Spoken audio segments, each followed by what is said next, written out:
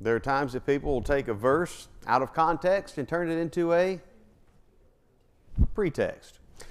We've discussed some of these ideas pertaining to interpreting passages from Proverbs and using intelligent interpretation. Look for the figurative and distinguish it from the literal. Distinguish the usual from the universal and precaution from precept. This section, we've already covered part of this as well, but it's worth noting we're not just talking about using common sense and wisdom for intelligent interpretation. We're talking about using integrity for interpretation. An honest hermeneutic is one that is looking truly for what God has to say instead of just trying to force God to say what I want Him to say. Ever hear anyone talk about a new hermeneutic? What's the gold standard, the bedrock foundation? What is that point of reference on which any new hermeneutic rests? My feelings. That's it. It's my feelings. My gut instinct, the tingle in my spine, the tickle in my toe, or the twinge in my eye. Please understand that when we approach the book of Proverbs, the danger of a new hermeneutic is just as dangerous here as it is with any other book of Scripture. And if we're not careful, then we can apply a dishonest approach and be taking passages out of context, turning them into a pretext. See the parable. Look for the comparative illustration being utilized instead of focusing on particulars. See the practical, not the theoretical. Look to Proverbs as general principles and not something that is to be used to reverse engineer theology. Seek the memorable and not technical precision. The Proverbs are worded in ways that are intended to be memorable. For instance, in Proverbs 26, as a dog returneth to his... Well, how'd you remember that so easily? It's a rather memorable image, isn't it? That doesn't... We want to make sure that we realize that the Proverbs are worded in a way so as to be memorable. See stewardship, not selfishness, and all the passages that refer to stewardship are intended not to turn us into the greedy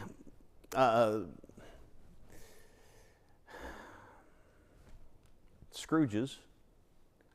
It's intended to turn us into proper stewards.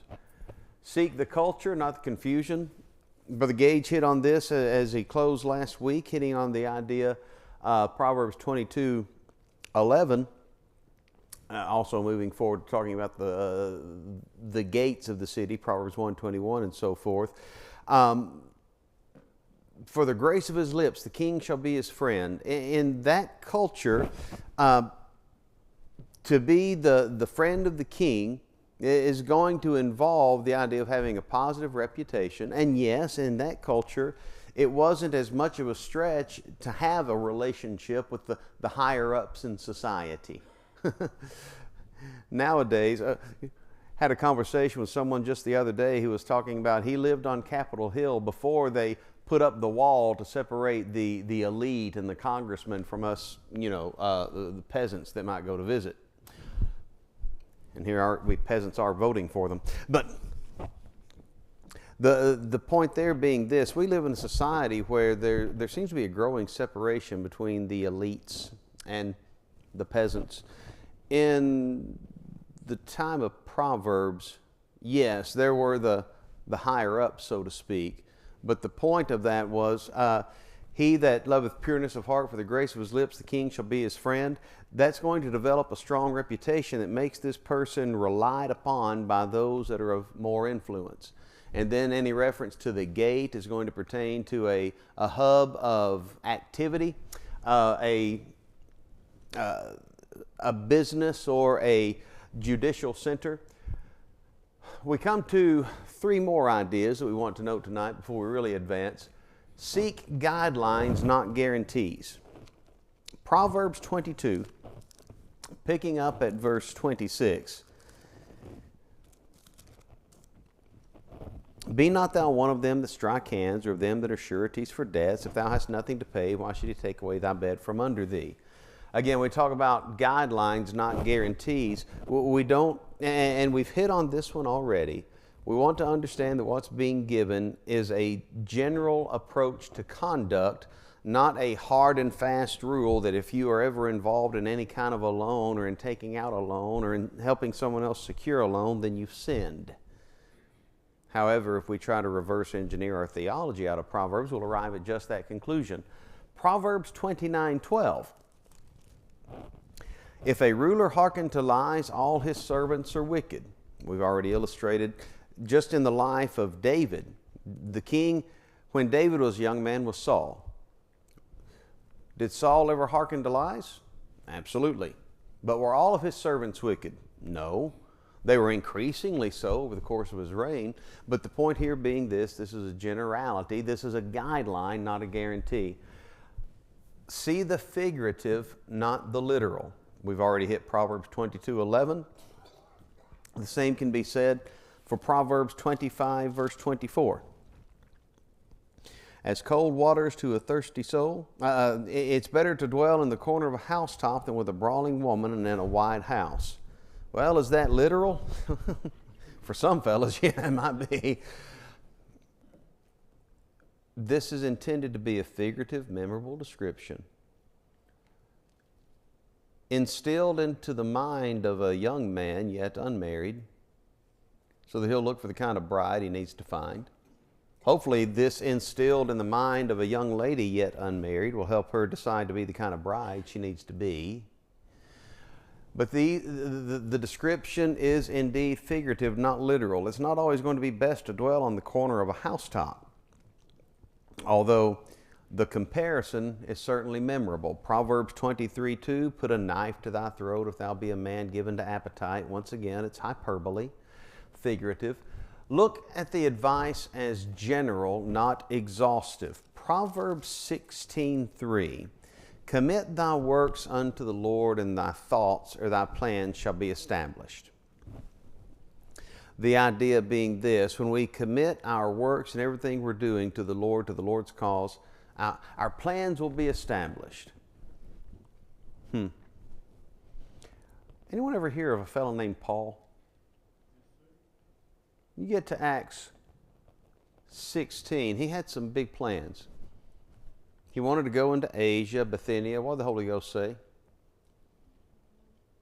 He wanted to visit some other places. The Holy Ghost suffered him not. Paul had plans. He had committed his works to the Lord, had he not? And he had completely changed his life. He'd gone from persecutor to preacher. He'd gone from antagonist to evangelist. He'd committed his works to the Lord. Were all of his plans established? How long do you think he dwelt on the fact that he wasn't able to go into Asia Minor or Bithynia? When we let God change our plans, and we truly let Him change our plans, it's amazing how frequently it feels like our plans didn't change at all. They just came into full fruition. We got a better perspective of what the plan should have been in the first place. Commit thy works unto the Lord, and all thy thoughts shall be established. No, this doesn't mean that as long as I'm fully committed to the Lord, I'll get everything that I want. What it does mean is that when I'm fully committed to the Lord, I can count on those plans, even if the plans have to change to something that's maybe better than what I anticipated. An overall outline of Proverbs. We're going to divide this into 5 major sections. Chapters 1 through 9, there's the need for wisdom in all areas of life. Proverbs chapters 1 through 9 stand as rather distinctive in the form of the maskil odes that are given. Chapters 1 through 9 is more of a series of clear and identifiable discussions and exhortations. We get to Proverbs 10, and the line of thinking can be a bit harder to follow at times. There are times when there are a series of thoughts, and there are times when from one verse to another they seem less connected. Proverbs 10:1 introduces that section as the Proverbs of Solomon. And so that's what we'll call that. Now, the first 9 chapters are also the Proverbs of Solomon, the son of David, king of Israel, but they're with a bit of a different thrust. So there's the need for wisdom in all areas of life, chapters 1 through 9. There's the Proverbs of Solomon as a generality, chapters 10 through 24. And then the third section is a bit shorter, chapters 25 through 29, the Proverbs of Solomon, which the man of Hezekiah, king of Judah, copied out. That in and of itself is rather interesting to consider, but we'll get to that down the road. Proverbs chapter 30, the words of Agur, the son of Jakeh. The prophecy the man spake unto Ithiel, even unto Ithiel a new call. I've never met anyone named Agur, Jakeh, Ithiel, or Ukal.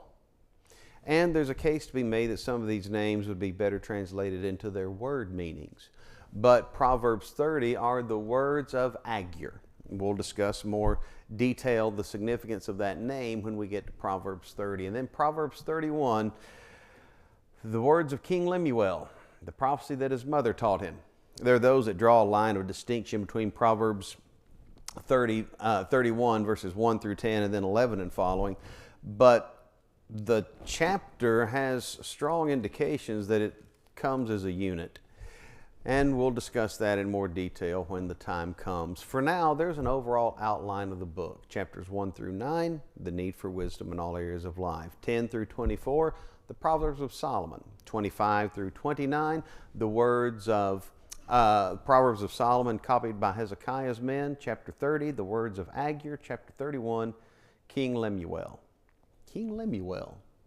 We don't read about a King Lemuel elsewhere in Scripture.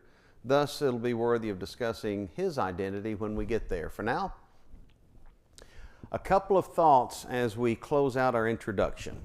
Number one, wisdom is repetitious. Who should have more wisdom, the parent or the 3-year-old? Notice I say should. Who should have more wisdom, the parent or the 3-year-old? The parent. And when a parent is endeavoring to impart wisdom to a 3-year-old, he only ever has to say it one time, right? Wisdom is repetitious. And wisdom needs to be repeated because those that don't have it typically don't know how to recognize it. So, consider, if you will, some examples of repeated proverbs and the way they're repeated. Proverbs 14:12, there's a way which seemeth right unto a man, the end thereof are the ways of death. Proverbs 16:25 is identical. The exact same idea. Now it's said in something of a different overall discussion or thrust, but the statement in and of itself is the same. There's a way that seems right to a man, the end thereof are the ways of death. Then there's Proverbs 25:24. We noted it earlier. It's better to dwell in the corner of the housetop than with a brawling woman and in a wide house. The only difference between Proverbs 25:24 and Proverbs 21:9 in our English language is that chapter 25, verse 24 includes the word and. Proverbs 21:9 is identical to it. It's better to dwell in the corner of the housetop than with a brawling woman in a wide house. He says it twice. And that's not to mention what he would say in Proverbs 21:19, it's better to dwell in the wilderness than with a contentious and an angry woman. There are exact phrases and statements and proverbs that are repeated. Parents, have you ever had to repeat the exact same sentence at different points in the child's development? Folks, did you ever have to hear the exact same counsel at different points in your development? So, there's this repetition. Proverbs 22:3. The prudent man foreseeth the evil and hideth himself, but the simple pass on and are punished. A prudent man recognizes trouble and he dodges it, a thought that we've conveyed before. Proverbs 27:12 is the exact same idea. Once again, there's a need for the repetition of word for word, verbatim ideas and concepts because they need to be repeated word for word. Proverbs 20:16. Take his garment that is surety for a stranger. Take a pledge of him for a strange woman. Proverbs 27:13, the same idea. Take his garment that is surety for a stranger. Take a pledge of him for a strange woman. Counsel against the flippant backing of others' loans. There are those that are repeated essentially verbatim. And then there are proverbs that are repeated with just a little bit of a tweak, slight change. Proverbs 10:1, the Proverbs of Solomon. A wise son maketh a glad father, but a foolish son is the heaviness of his mother. A foolish son being the heaviness of his mother. He's going to weigh her down or drag her down. Compare that with Proverbs 15:20. A wise son maketh a glad father, but a foolish man despiseth his mother. Very similar ideas, but just with a little bit of distinction. A wise son makes a glad father, but according to chapter 10, verse 1, a foolish son just weighs her down. He's the heaviness of his mother. You ever seen those mothers who look like this? Their entire faces look like they're wearing an anchor because they're just so tired from having to deal with Dennis the Menace. Or then they're the ones who look heavy for another way, because a foolish son despiseth his mother. This is going to be the idea of disdain. This is going to carry the concept of deride, insult, disregard. Here's one that looks down upon, ridicules the parent. A wise son makes a glad father, but the flip side of the coin is emotional turmoil for the parent. Slightly changed, and we take those that are slightly changed and put them together, and we get all that much more learning and truth to draw from it.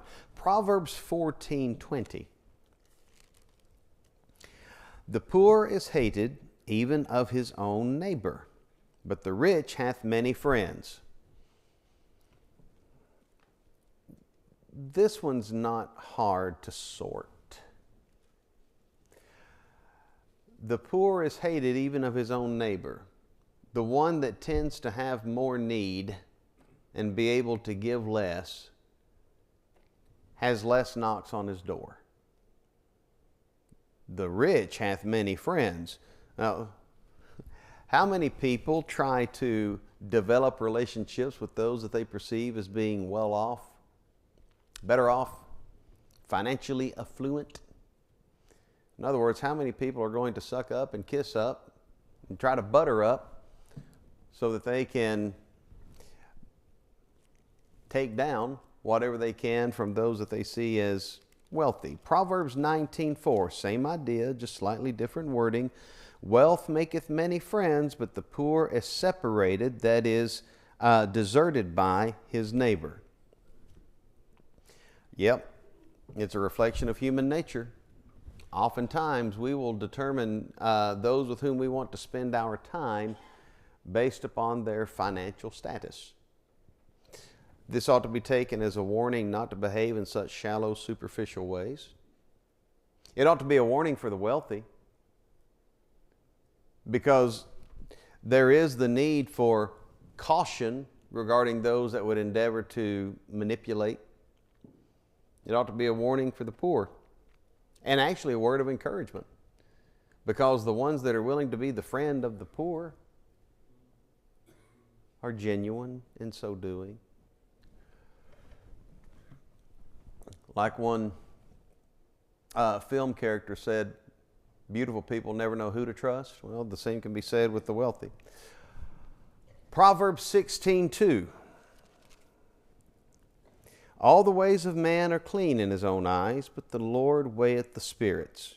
Man looks at himself and he says, I'm okay, but God weighs something deeper. Now, Proverbs 21:2 has very similar wording. In fact, Proverbs 21:2, every way of man is right in his own eyes, but the Lord pondereth the hearts. Whereas 16:2 says ways, 21:2 says pondereth, but it's the same idea. Weighs the spirits, weighs the hearts. Every way of man says, hey, I'm doing all right. that God looks deeper. Once again, there's a need for repetition. Another example, Proverbs 19, this time verse 5. A false witness shall not be unpunished, and he that speaketh lies shall not escape. If you're looking at Proverbs 19:5, skip down just 4 verses to Proverbs 19:9. A false witness shall not be unpunished, and he that speaketh lies shall perish. He shall not escape. That means he's not going to get away with it. He that speaketh lies shall not escape. It's going to come back to get him. Ultimately, he that speaketh lies shall perish, shall die. It's going to come back to get him and cost him everything. Once again, repetition, and this even in the exact same chapter, but there's a development of thought. Another example of a proverb that's repeated with slight change, Proverbs 20. This is again in the same chapter. Verse 10, divers weights and divers measures, both of them are alike abomination to the Lord. Compare that with verse 23, divers weights are an abomination unto the Lord, and a false balance is not good. Divers weights means varying weights, inconsistent weights. These are those that would use a different standard to try to measure. If they were measuring how much they wanted to pay for something or something they were purchasing and trying to determine the price by weight, they would slide a 2-pound weight on there marked 5 pounds instead of using an accurate weight. It's dishonest. It's deception. Divers weights, divers measures, both of them alike are abomination to the Lord. By the way, side note, how does God feel about questionable, dishonest business practices? How does God feel about the person that needs to lie, conceal truth, or use sleight of hand in order to make his commission by selling things? Hey, Christians, there's something to keep in mind here. You ever had anybody pull a slick one on you? You ever been the one that was duped? Bought something that wasn't worth what you paid for it? If we employ the worst business practices of the world and claim we're doing the Lord's work and trying to bring people to Christ, pull a fast one by taking verses out of context, or try to change our approach, or use bully tactics to convince people instead of letting God's Word do the work.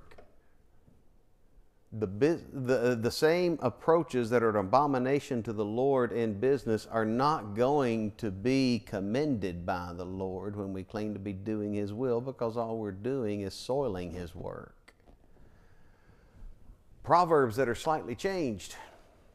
Proverbs 21:9. It is better to dwell in a corner of the housetop than with a brawling woman in a wide house. Compare that with verse 19 of the same chapter, one we noted earlier, just to show the preponderance of this principle on the pages of Proverbs. It is better to dwell in the wilderness than with a contentious and an angry woman. Oh, that we would teach this to our young people early.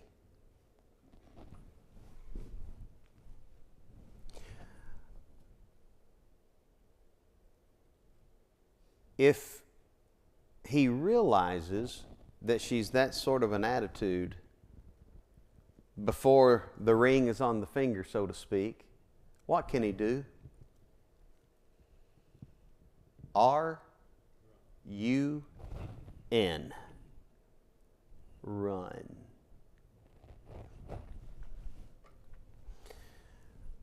We told our boys to do exactly that. If she acts that way, it doesn't matter who it is, how she behaves, in front of everyone else. If it's someone that's contentious, that's a troublemaker, that every conversation ends in some sort of conflict because nothing can ever make her happy, run. By the way, we need to teach the young ladies the same thing. Because if he's a hot-headed, hard-headed, high-headed little snot, you don't want him being the father of your grandchildren, do you?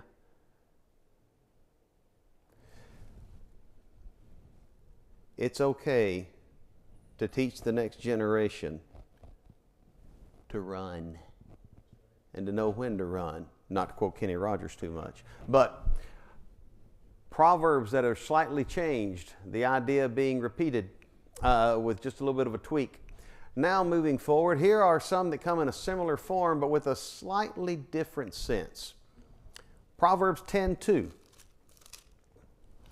Treasures of wickedness profit nothing, but righteousness delivereth from death.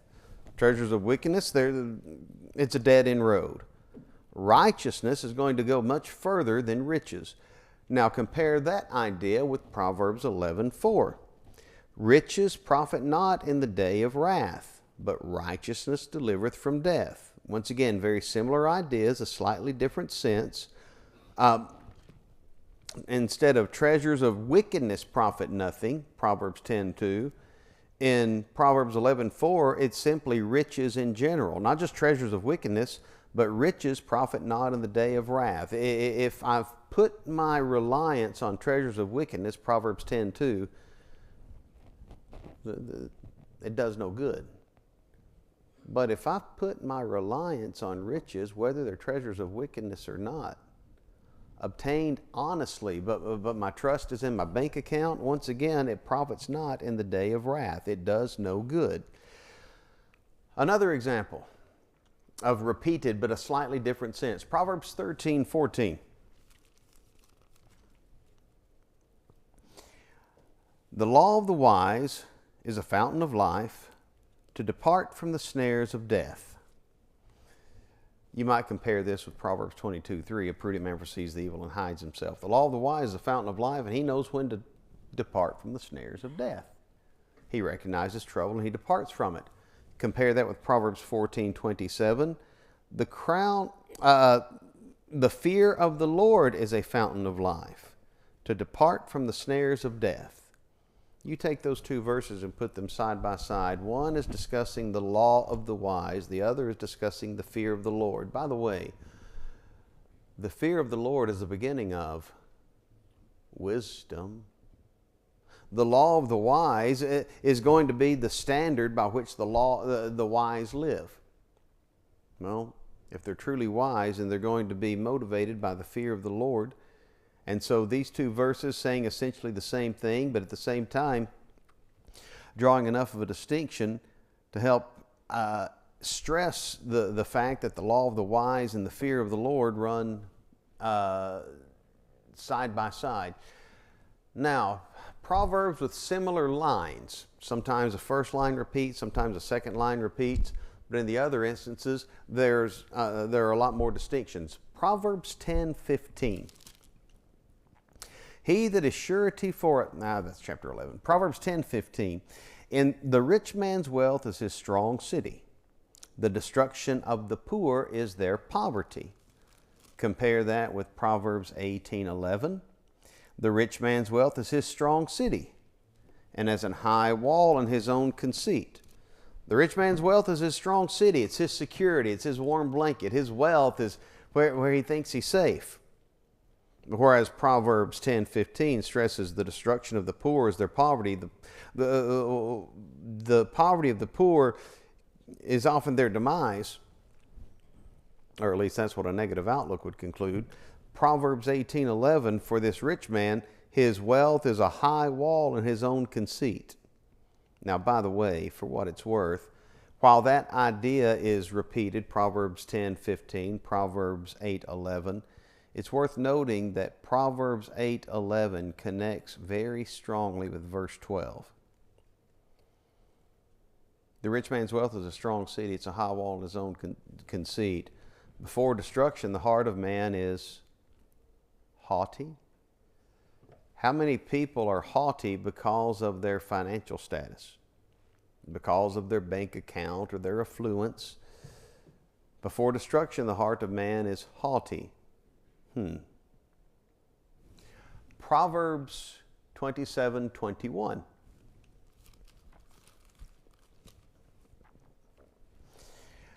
As the finding pot for silver and the furnace for gold, so is a man to his praise.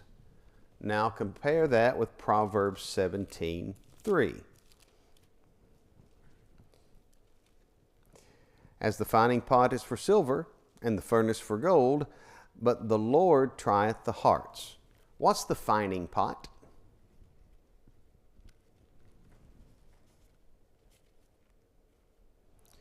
Try refining. The refining pot for silver. What happens when silver is refined? Impurities are removed. If you were that piece of silver, would you say, "Oh, goody gumdrops, I get to be refined today"?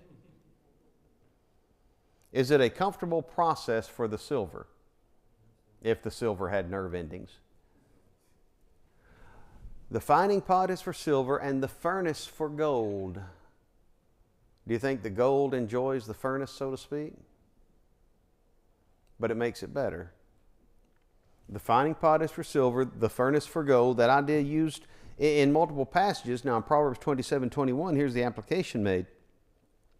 So is a man to his praise.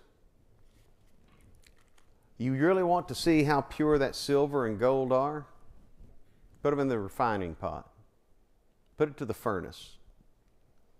You want to see what a man's made of? Let him see how he reacts to praise. Matter of fact, there can be a point made that you can see what a person is made of by how he responds to compliments. Can he handle them? How he responds to complaints. Can he handle those? The finding pot is for silver, the furnace for gold, according to Proverbs 17:3. Instead of looking at it in terms of how praise is a determining factor of what a man's really made of, Proverbs 17:3 rather, the Lord tries the hearts. God's the one who's doing the testing. God's the one who's doing the determining, the weighing, the assessing, the evaluation. Proverbs 19:13. A foolish son is a calamity of his father, and the contentions of a wife are a continual dropping. Here's a passage indicating the impact of family, particularly contentious or oblivious family, on a family member. A foolish son, he's his father's calamity. He's going to, son, you're going to be the death of me. Anyone ever hear that? Girls, please don't raise your hand. I hope your dad didn't say, son, you're going to be the death of me. But has anyone ever heard that statement being conveyed? The foolish son is a calamity of his father. He's going to be his downfall, his destruction. The contentions of a wife are a continual dropping. Compare that with Proverbs 27:15. Once again, very similar concepts, this time in a different order. A continual dropping in a very rainy day and a contentious woman are alike. Continual dropping. Contentious bride. Miserable existence. Similar ideas being conveyed, sometimes worded a little bit differently, but again, thoughts being repeated. Proverbs 10:6. Here are a couple in a row that all come from one chapter. Proverbs 10:6. Blessings are upon the head of the just, but violence covereth the mouth of the wicked. The one that behaves in a just, a mishpat, a right and an upright way, blessings are upon his head, but violence is coming for the mouth of the wicked. Now, the flip side of that, Proverbs 10:11, the mouth of a righteous man is a well of life, but violence covereth the mouth of the wicked. So one refers to the reward that can be expected by the just, Proverbs 10:6. The other refers to the blessings, the benefits that righteous or just man will share with his mouth. But in both cases, whether we're talking about the blessings coming for the righteous or the benefit conveyed by the righteous, it's violence that covers the mouth of the wicked. A couple of others. Proverbs 10:8. The wise in heart will receive commandments, but a prating fool shall fall. Whereas Proverbs 10:10, he that winketh with his eyes causeth sorrow, but a prating fool shall fall. Once again, regular instances of repeated ideas, particularly repeated outcomes. Proverbs 15:33. The fear of the Lord is the instruction of wisdom, and before honor is humility. Connect that with chapter 18, verse 12. The fear of the Lord is going to be willing to receive correction, obtain wisdom. Before honor, there has to be humility. Before a person can be elevated, he has to be humble. Proverbs 18:12. Before destruction, the heart of man is haughty, and before honor is humility. Then there are the Proverbs quoted in the New Testament. Proverbs 1:16. Their feet run to destruction. Run to evil. They make haste to shed blood. That idea is conveyed in Romans 3:15, but Romans 3:15 is actually a quote of Isaiah when Isaiah 59 referred to some principles from this proverb. Then there's Proverbs 3:7. Trust in the Lord with all thine heart, lean not unto thine own understanding. That concept can be found in Romans 12:16. Proverbs 3:11 and 12. My son, despise not the chastening of the Lord, neither be weary of his correction, for whom the Lord loveth, he chasteneth, even as a father the son in whom he delighteth. That idea repeated verbatim, Hebrews 12:5 and 6. And the Lord would actually say, Revelation 3:19, whom I love, I rebuke and chasten. Proverbs 3:34, he scorns the scorners, he gives grace to the lowly. James quoted that, James 4:5. Proverbs 10:12. Hatred stirreth up strifes, but love covereth all sins. Peter said love covers a multitude of sins, 1 Peter 4:8. Proverbs 11:31. Behold, the righteous shall be recompensed in the earth, much more the wicked and the sinner. Many will connect this with 1 Peter 4:18. If the righteous scarcely be saved, how much more the ungodly and the sinner? Proverbs 17:27 is referenced in James 1:19. Proverbs 20 verse 22 can be seen in Romans 12:17. And then Proverbs 25:21 can be seen in Matthew 5:44, but especially Romans 12:20. If thine enemy hunger, feed him. If he thirst, give him drink. That's going to conclude our overall introduction for Proverbs. We'll actually be starting with our chapter by chapter study when next we meet. Thank you for your time this evening, and the reason I'm continuing to talk is so that those who are writing down can write it down before they turn the screen off up over our heads. Thank you very much.